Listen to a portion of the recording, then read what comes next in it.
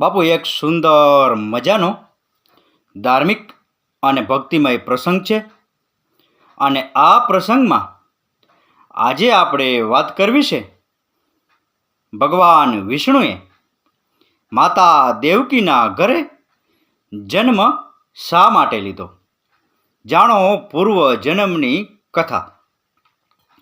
સ્વયંભૂ મન્વંતરમાં જ્યારે માતા દેવકીનો પ્રથમ જન્મ થયો ત્યારે તેમનું નામ પૃશ્નિ હતું અને વાસુદેવ સુતપા નામના પ્રજાપતિ હતા. સંતાનની ઈચ્છા રાખીને બંનેએ 12,000 વર્ષ સુધી તપસ્યા કરી.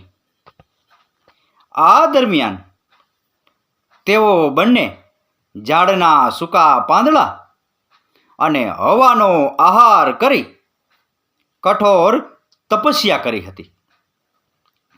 પોતાની ઇન્દ્રિયોને વશ કરીને તેમણે સમયના વિવિધ ગુણો જેમ કે વરસાદ, પવન, સૂર્ય, ઠંડી વગેરે સહન કર્યા અને પ્રાણાયામ દ્વારા તેમના મનની અશુદ્ધિઓને શુદ્ધ કરી.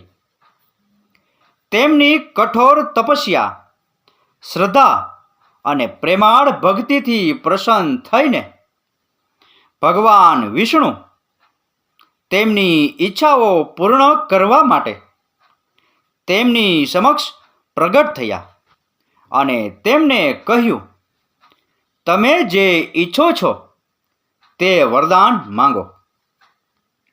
પછી બંનેએ ભગવાન વિષ્ણુ જેવો પુત્ર માંગ્યો. ભગવાન વિષ્ણુએ તથાસ્તુ કહ્યું અને અદૃશ્ય થઈ ગયા. વરદાન આપ્યા પછી ભગવાને નમ્રતા, સ્વભાવ, ઉદારતા વગેરે ગુણોમાં તેમના જેવો કોઈ જોયું નહીં.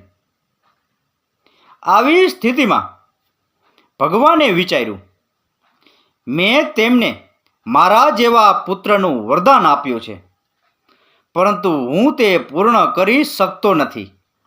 દુનિયામાં તેમના જેવો કોઈ નથી.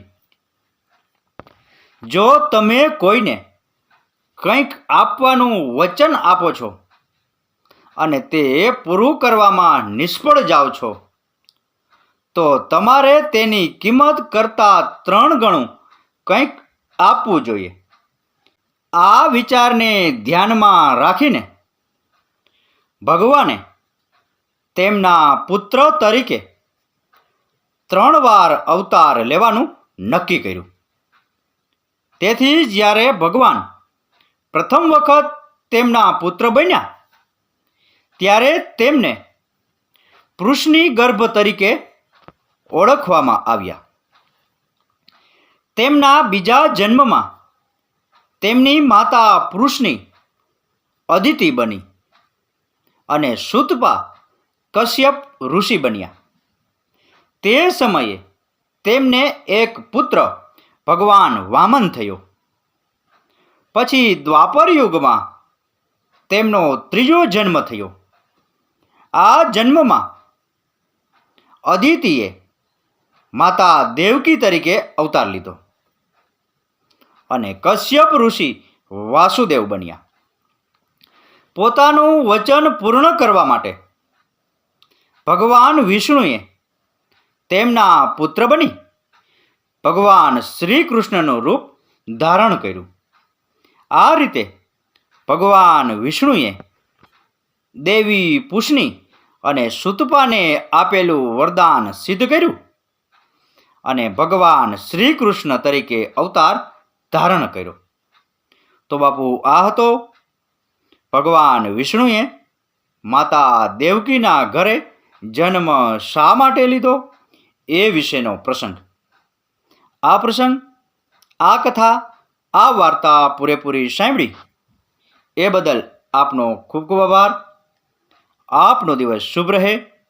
મહાદેવ હર.